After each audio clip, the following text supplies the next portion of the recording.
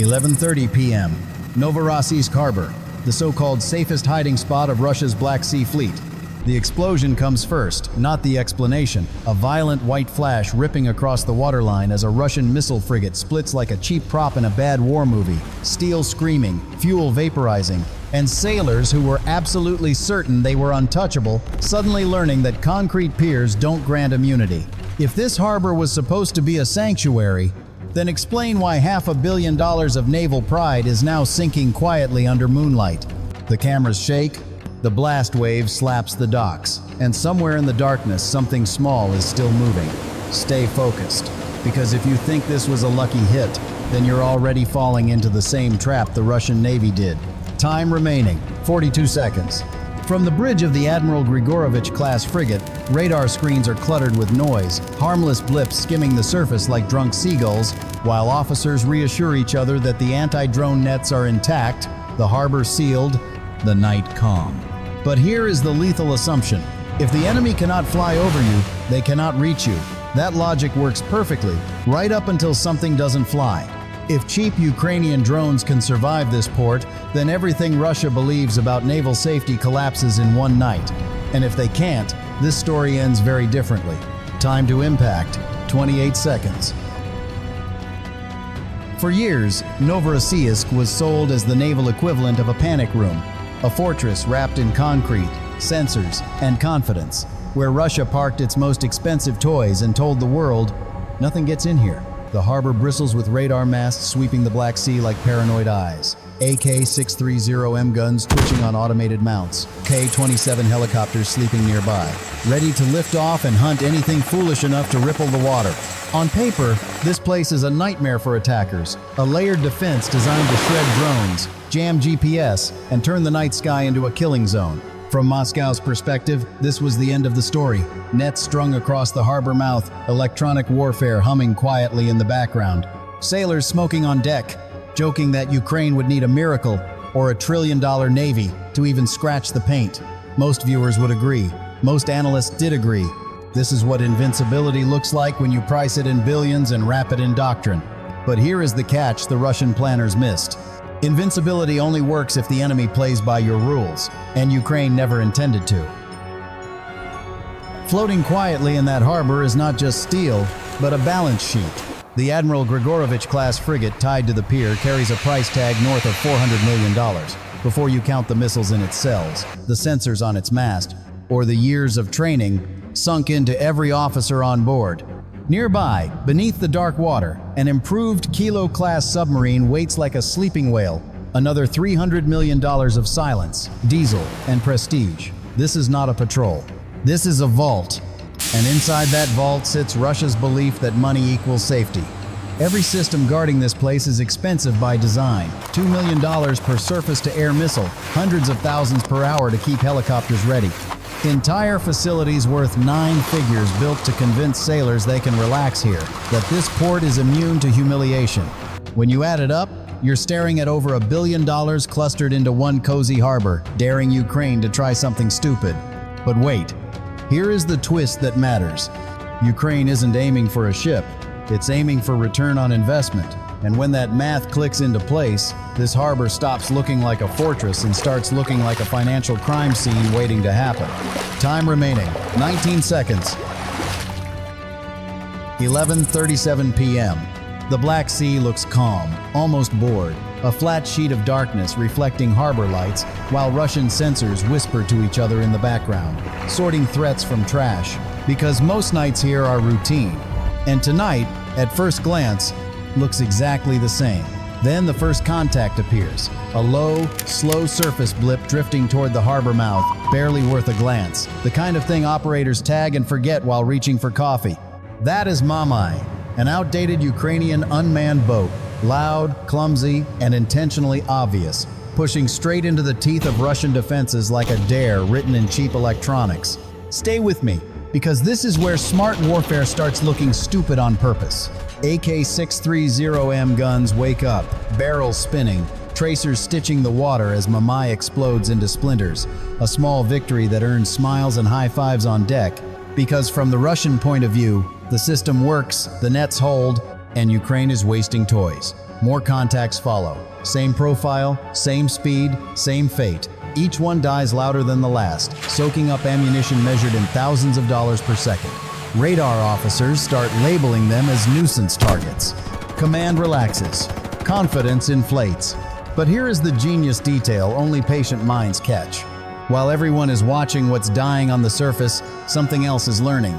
Sea baby drones slip in behind the chaos, not charging, not attacking, but mapping, firing arcs, counting reload times, sniffing out blind spots in the harbor geometry. To most eyes, this looks like panic. To an algorithm, it's a rehearsal. Every burst of Russian fire writes data into Ukrainian memory. Time remaining, 64 seconds. The harbor fills with noise, jammers scream. Pole 2-1 floods the area with electronic fog, convinced it's suffocating the threat. Unaware that these drones don't need GPS anymore because they already know where everything is. Nets sag under repeated impacts, stretched, stressed, tested.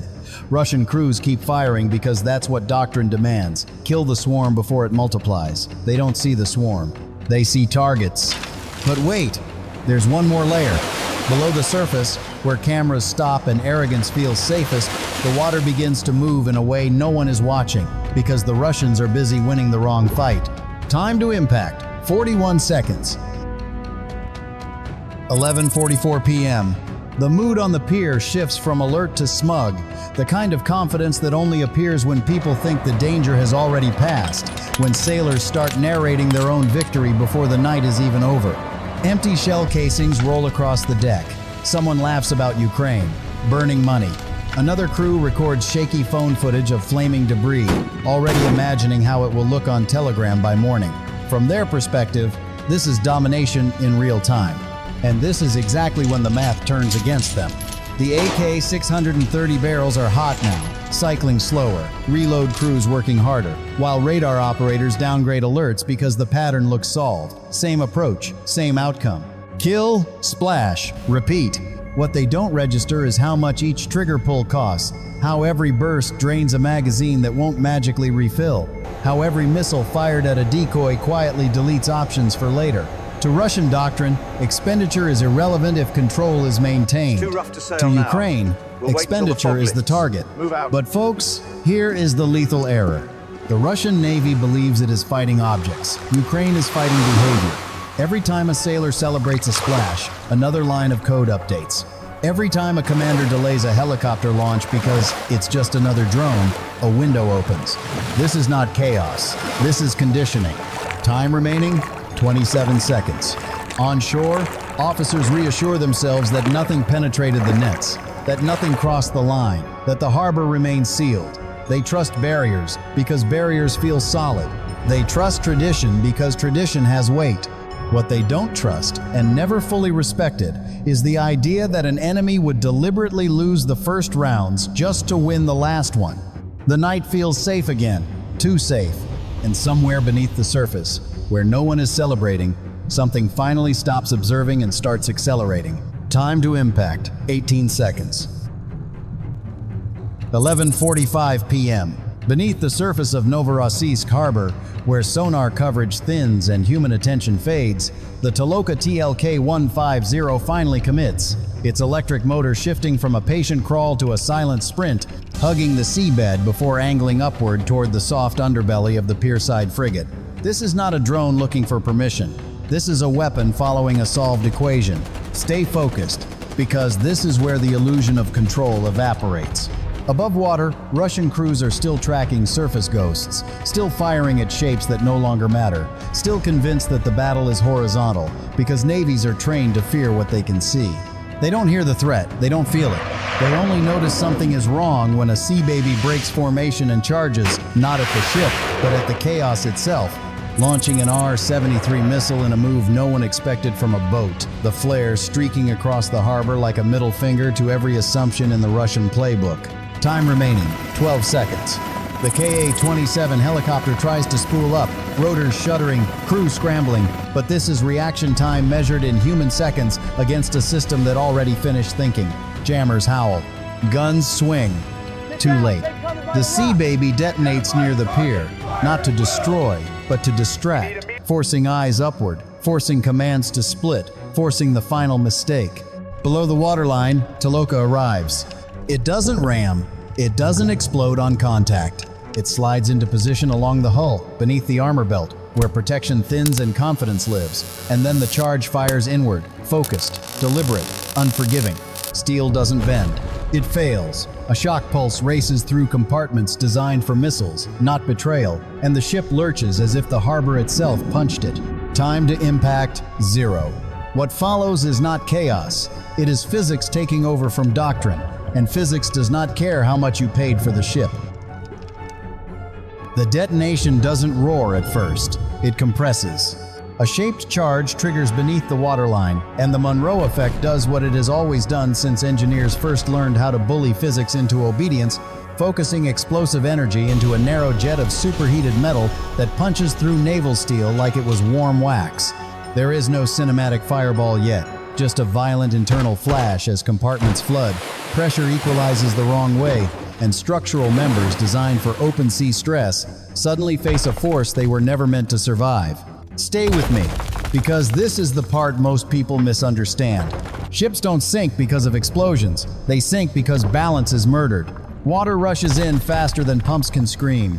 The hull twists microscopically, then decisively, and the frigate's keel begins to fail under asymmetrical load. Fuel ignites late, violently, when oxygen finally finds the vapor, and that is when the harbor lights blink, cameras shake, and the night explodes into sound. Time remaining, irrelevant. The pier amplifies the shock wave, reflecting pressure back into the hull, turning a confined harbor into a force multiplier. This is why safe ports are a myth. The blast lifts the ship just enough for gravity to finish the argument, snapping internal mounts, cracking shafts, and forcing bulkheads to surrender one by one. Above deck, antennas shear off. Below deck, water claims everything that still has a serial number. But wait, there's one final humiliation. The Kilo-class submarine feels it too. Not enough to kill it, just enough to remind everyone watching sonar that hiding nearby does not equal surviving nearby. Shock travels through water far better than through air, and the message arrives loud and clear. Nowhere in this harbor is untouched. When the ship finally settles, broken and burning, it doesn't look like a battlefield victory. It looks like an accounting error made physical. And the silence that follows is worse than the explosion, because now everyone understands the same thing at once. This was never a fight. It was a lesson. When the smoke thins and the water calms, what's left floating in Novorossiysk East Harbor isn't victory or defeat, it's an invoice. Start adding it up slowly, because this is where the story stops being emotional and becomes embarrassing. A sea baby costs what? Maybe tens of thousands of dollars depending on configuration. Mamai decoys even less. Toloka TLK-150? Still cheaper than a single Russian naval missile fired blindly into the dark. All in, Ukraine spends the price of a modest suburban home. Now look at the other side of the ledger. A crippled Admiral Grigorovich-class frigate, roughly $400 million before repairs that may never make financial sense. Ammunition burned at a rate Wall Street would call criminal. Port infrastructure damaged inside a facility designed to be untouchable. Operational readiness gone overnight. And the Black Sea Fleet, forced to explain how its safe harbor just became a liability on live video. This is the part that should sting if you're paying attention. Ukraine didn't just destroy hardware, it collapsed assumptions. For the cost of a few decoys and a handful of smart drones, Russia now has to rethink every port, every net, every doctrine slide that said harbor equals safety. That's not a tactical win. That's a strategic tax imposed indefinitely. So here's the question only strategic minds should answer. If you're Russia, do you pour billions more into defending ports that can be humiliated by algorithms and patience? Or do you pull your fleet farther away and quietly admit that the age of expensive steel bullying cheap autonomy is over? Drop your answer in the comments, because this wasn't a battle of ships. It was a battle of math, and math just chose its side.